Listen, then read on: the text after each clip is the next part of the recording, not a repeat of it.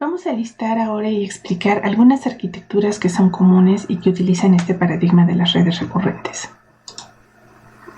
La forma primera, más básica y universal, es tener una entrada, nuestras neuronas ocultas, con su salida. Pero las neuronas ocultas tienen una conexión recurrente entre sí. Dados estos tres elementos, se repite la estructura que veríamos en una red feedforward, que es a partir de las salidas y de los resultados deseados para un problema de clasificación, por ejemplo. Entonces vamos a calcular una función de error que al final va a ser la que vamos a querer optimizar. Y esa optimización va a ocurrir precisamente utilizando backpropagation con la regla de la cadena para funciones ordenadas. Entonces, quiero aquí hacer una aclaración. Aquí pareciera ser que es una sola neurona de entrada con una sola neurona en la capa oculta y una sola neurona de salida. Lo podemos ver así. Efectivamente podría ser una red neuronal con una neurona en cada elemento, pero también los podemos considerar como bloques.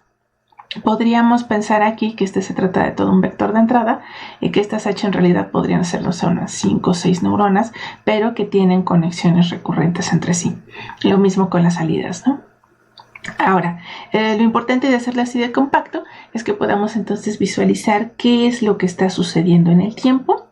En el tiempo, otra vez, aquí tendríamos que tener los estados ocultos en el tiempo anterior.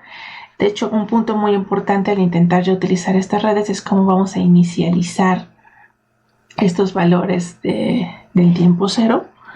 De hecho, vamos a agregar aquí una nota.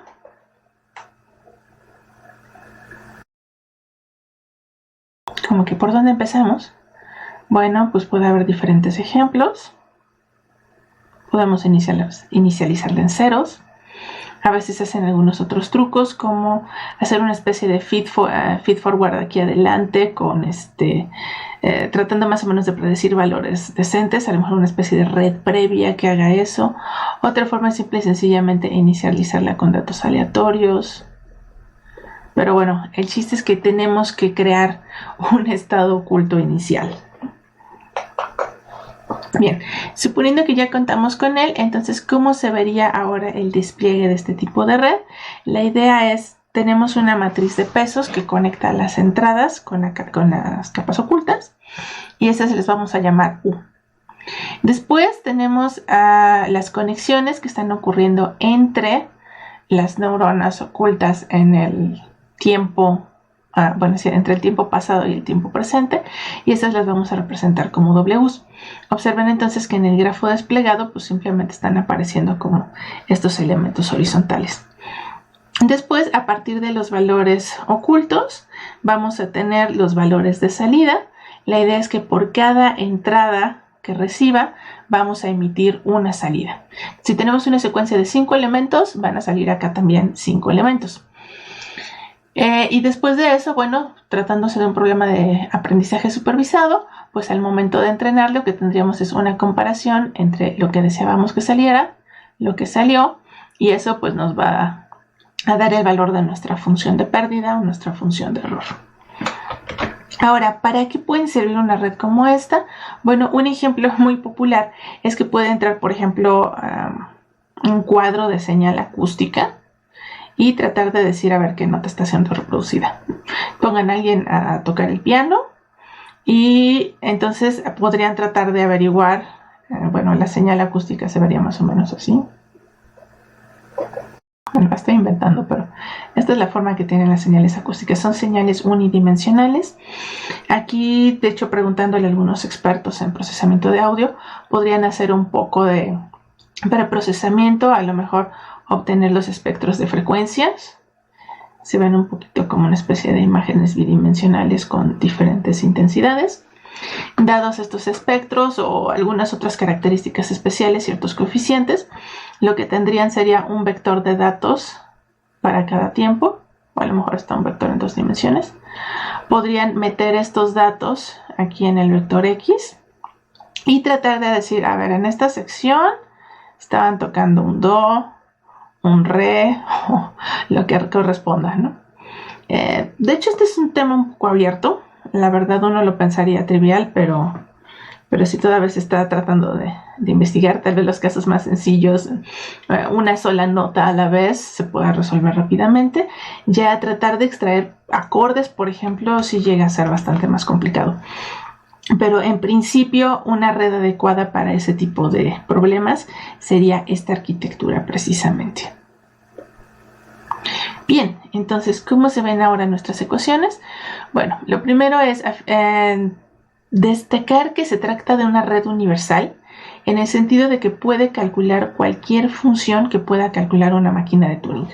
Porque aquí sí ya estamos teniendo procesamiento en el tiempo, tenemos estado en las H's, lo cual significa que estas redes tienen memoria. Entonces sí podemos decir que son Turing completas. Como siempre, así como la cinta de Turing es infinita, pues depende de cuántos tiempos le estemos dando para procesar, depende de nuestros parámetros y algunos otros fenómenos matemáticos, pero en teoría sí debería de poder hacerlo. Bien, entonces, como decíamos, realmente el cálculo se ve como si fuera una especie de propagación hacia adelante. Vamos a necesitar especificar este estado inicial H0 con alguna de las técnicas que mencionaba. Y después para cada uno de los tiempos entre el de la primera señal que voy a ingresar, pensamos que estos tiempos discretos, y la última que va a ocurrir en el tiempo tau, entonces vamos a realizar el cálculo de la siguiente manera. Primero necesitamos ver cuál va a ser como la potencial de acción. Podemos utilizar sesgos. Después vamos a tener a una matriz de pesos que va a multiplicar a los valores del estado oculto en el tiempo anterior, más una matriz de pesos que multiplica a las entradas W y U. Esta primera combinación lineal nos va a dar los valores A, y sobre estos podemos aplicar ahora sí la función de activación que nos va a dar los valores de las neuronas ocultas en el tiempo T. Para calcular las salidas, bueno, si ya conocemos este valor, entonces ahora solo resta aplicar la matriz B y podemos agregar aquí otros sesgos que en este caso le están dando el nombre de C. Para los problemas de clasificación podríamos incluso hacer algo un poco más avanzado, como aplicar una softmax aquí como función de salida y que solamente nos dé un valor a la vez. Entonces esta es una de las propuestas que se está presentando. Ustedes pueden hacer variantes y ver cuáles les funcionan mejor en diferentes experimentos, como cambiar las funciones de activación, la función de salida al final, dependiendo del problema que estén tratando de resolver. Por ejemplo, si quisieran reconocer acordes, pues sería una mala idea la softmax. Pero si están tratando de reconocer una melodía simple, softmax funcionaría mucho mejor. Ahora nada más, ojo, aquí hay una especie de truco con el gorro de la Y. Observen que la Y que tenemos aquí arriba no tiene gorrito.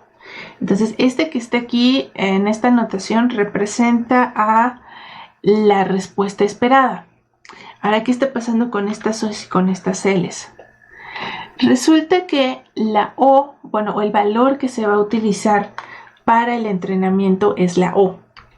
Entonces cuando se calcula la función de error, usualmente lo que vamos a obtener es este de acá, que es simplemente el resultado de la combinación lineal. La salida que nosotros tomaríamos como respuesta correcta, en este caso, sería lo que salga de la softmax. Sin embargo, la función de error que se suele aplicar al entrenar este tipo de redes sería una entropía cruzada. Ahora recordemos que la softmax está definida en términos de exponenciales y la entropía cruzada en términos de logaritmos. Entonces, al momento de hacer los cálculos numéricos, lo que va a suceder es que los logaritmos tienden a cancelar a las exponenciales y es mucho más eficiente implementar una optimización de una función donde se está utilizando ya directamente la U en lugar de estar intentando utilizar esta Y. Por eso estamos viendo aquí la diferencia en las ecuaciones, que aquí la salida O va directo hacia la L, mientras que la salida que nosotros querríamos sería esta, ¿no? Entonces el entrenamiento va a ocurrir a este nivel, mientras que la salida correcta pues sería después de haber aplicado el softmax. Y esto está ocurriendo para hacer mucho más estable el cálculo numérico de la entropía cruzada de una softmax. De hecho, van a darse cuenta de que los paquetes tienen una función de error especial para cuando estén utilizando este tipo de combinaciones.